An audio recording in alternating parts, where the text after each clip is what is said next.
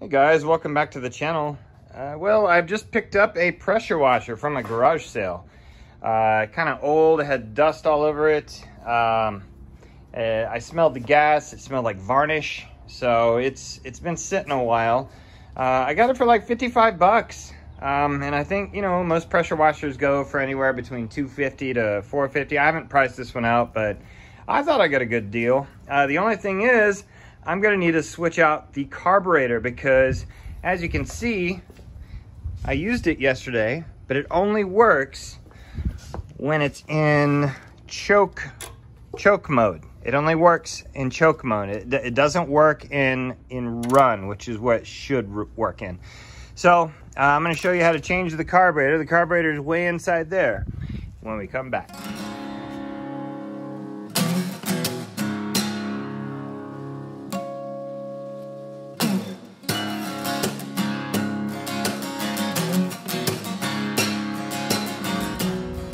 Okay, first things first, we're gonna get that air filter off of there. So just find a common screwdriver, or I think it's a 8mm, 7 or 8mm.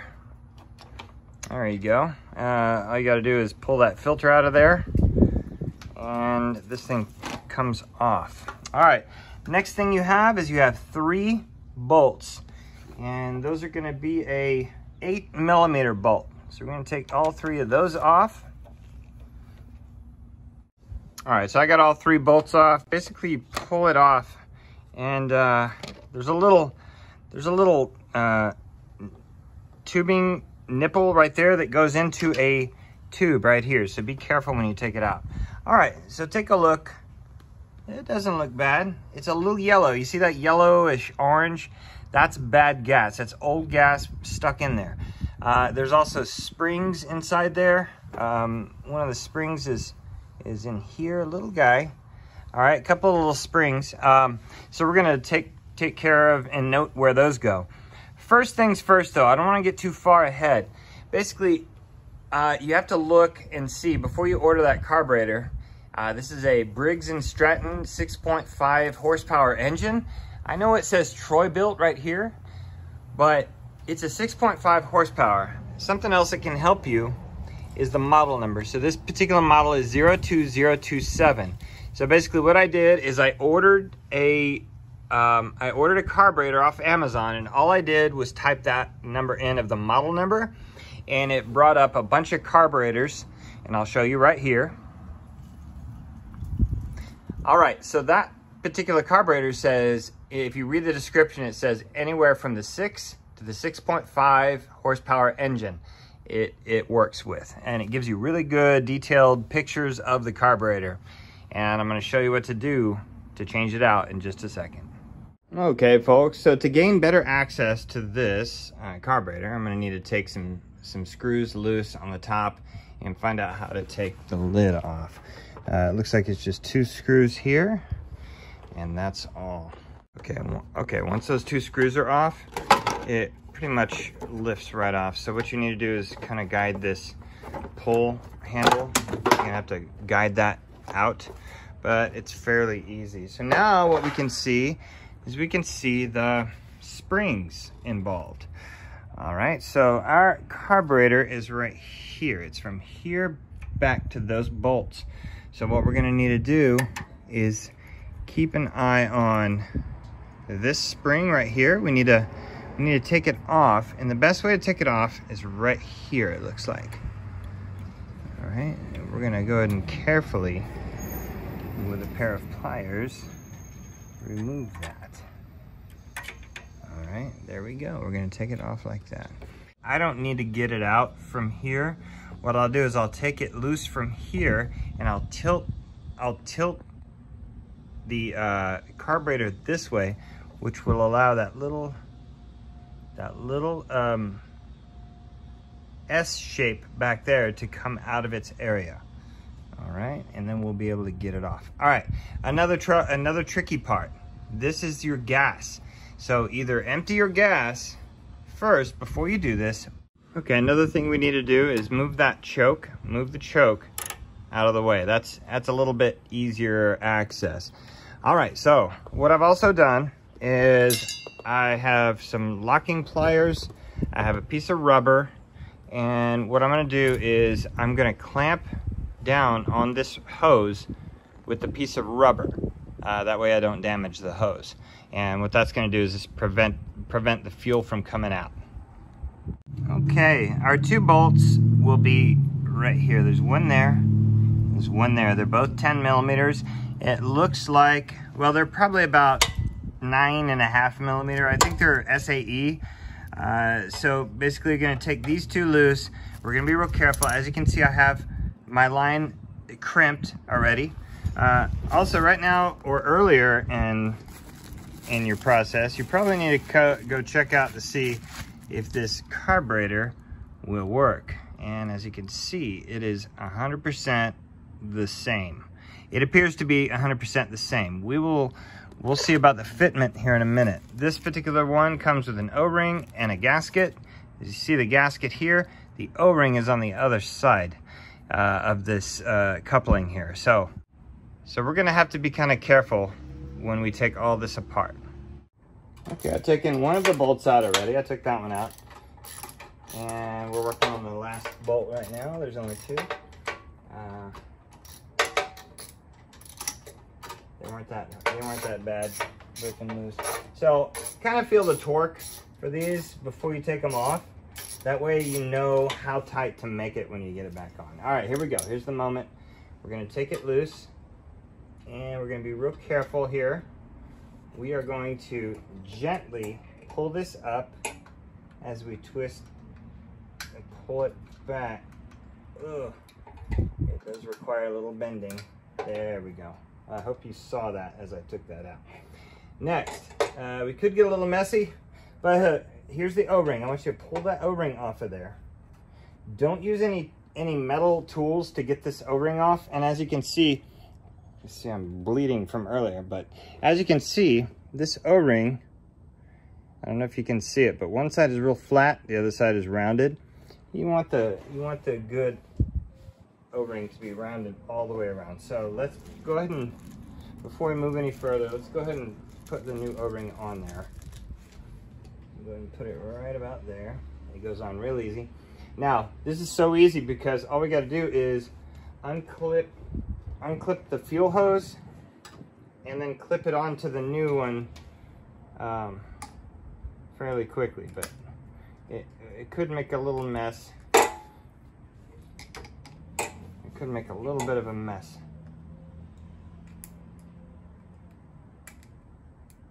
Bring it back. There we go. There you go. Just a tiny mess.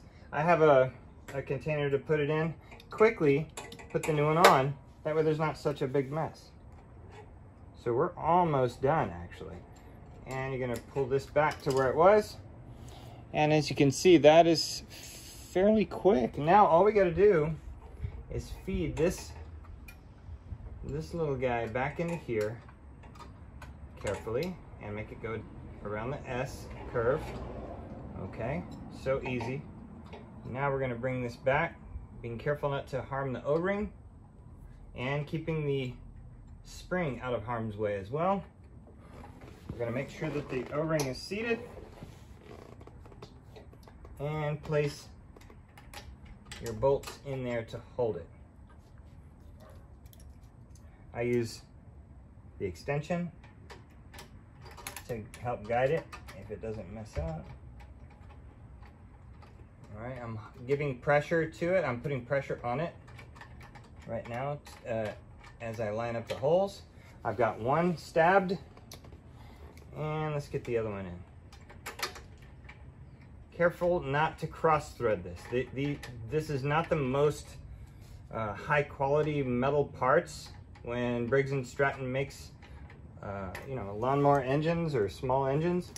So just be real careful with it. You don't want to go too fast and cross thread any of these bolts. All right, now also don't run one down all the way and leave the other one loose. You kind of want to run these down at equal distances. So take a look at the very top and make sure that you're taking them down equal. equal lengths. That way it doesn't put any unnecessary stress on this coupling here. Flange, it's called a flange. All right, and once it comes in contact, I'm just gonna give it a little tightness, not a whole lot, because it's an O-ring seal, so it's a fairly good seal. Okay, now in order to find the orientation that you'll place your gasket, you're gonna wanna compare the old one to the new one. So as you can see, I have this little L-shaped thing that goes to the bottom. Actually, that's not gonna be very helpful, but if you see these two little ear things here and here, I'm gonna match that up to this one. Matching it up here. Okay. But before I do that, I'm gonna put everything else back. I'm gonna unclip the fuel line. I'm going to, oh, I forgot about that. I wasn't very careful. Okay, hold on, maybe I can, no, I can't. I have to take it off and I have to realign. Okay, really all I had to do was make this a little bit loose and it was able to feed itself back into the choke mechanism, as you can see. So we'll continue, we'll keep tightening that again. Just be very careful when you take this, or when you try to put this back. Not only do you have to line up the holes, but you also have to line up the choke. I forgot. People make mistakes, and I'm actually glad I made that one for you guys so you can not make my same mistake when you put yours together.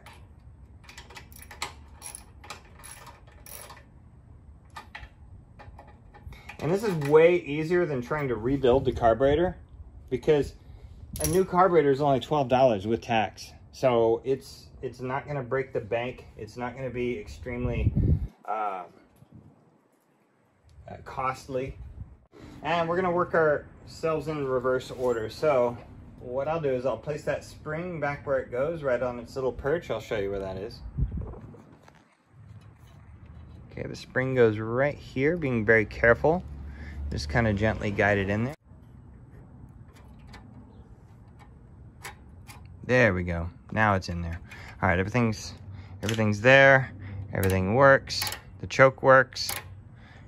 The run mechanism appears to work. It'll work better whenever it's running. But all right, so let's get the top on. Okay, and then we're gonna put the rest of the housing for the air filter and the cover that mates the gasket to the cover on there. Okay. Okay, cover going on next. Remember to put your handle through it and get it all lined up. Kind of easy. There's a little clip in the back. Put your two screws down in here. It seems easy enough. And run those down. Try not to cross thread those either. But I think it's a plastic on plastic kind of a connection, so I think they do cross thread on purpose just to keep them secure. Now, almost done. Let's go ahead and secure these 3 bolts, but secure them with the gasket. All right. And if I can find the gasket again, I placed it here. All right. So the gasket goes on like this, and we will place it on the back. There's 2 little holding posts. That's what those 2 little ears were for. There's 3 holding posts. So clip them into the holding posts like so. And as you can see, it won't fall off because of the posts. Then we're going to take our 3 bolts and put those back in.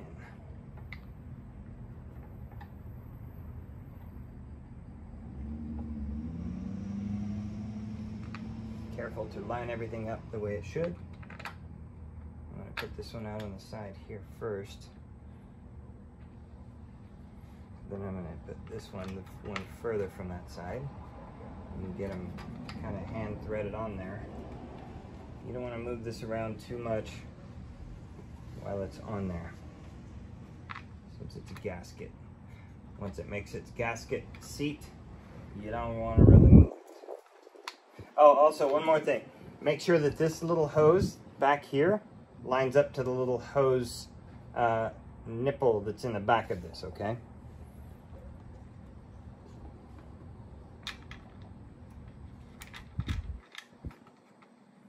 All right, running these down by hand.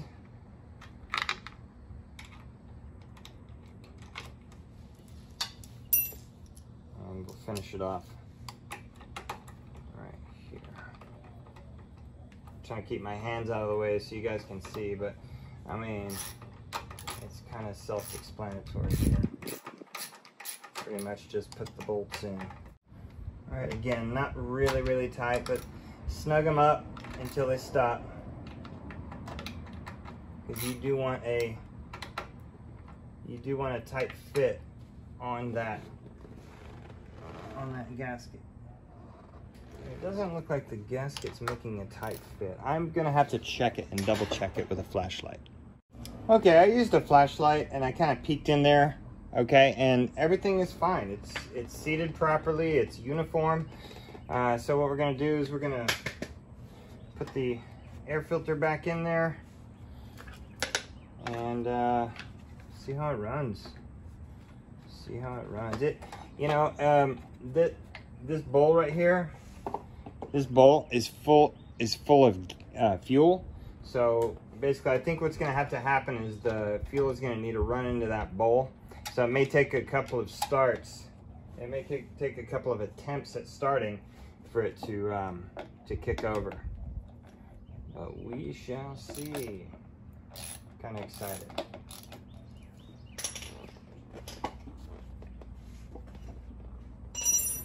Okay, so when you're running your power washer, all right, you must connect the water hose. Sorry to do it so quick. You must connect your water hose first, because the pump underneath needs water in it when you start this engine. Okay, it needs it, otherwise it can burn it out. It can cavitate the pump inside. So I'll connect all the connections and then we'll start it. Okay, so what you need to do is, once you have your water connection connected, go ahead and purge, well, turn on the water, number one. Then what you're going to do is you're going to purge the line of water. You see that? I'm purging the line of water. That way the water can make it into the pump, because the pump will cavitate if it's not full of water. All right, so let's start this for the first time. I'm going to put it on choke. I'm going to put it on run, and pull it.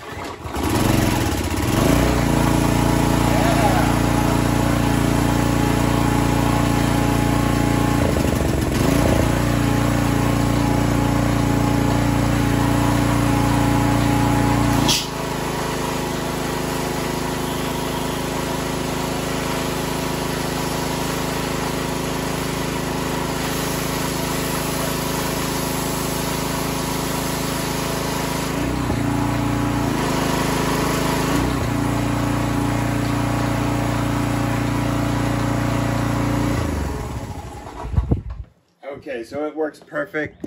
So folks, this is a $50 pressure washer from a yard sale, and a $12 not choke, but a $12 carburetor from Amazon, and we got this thing fixed the first time. Quick and easy, it works. Now I have a pressure washer to clean this nasty driveway off with. All right, we'll see you guys next time on I Just Fix It Myself.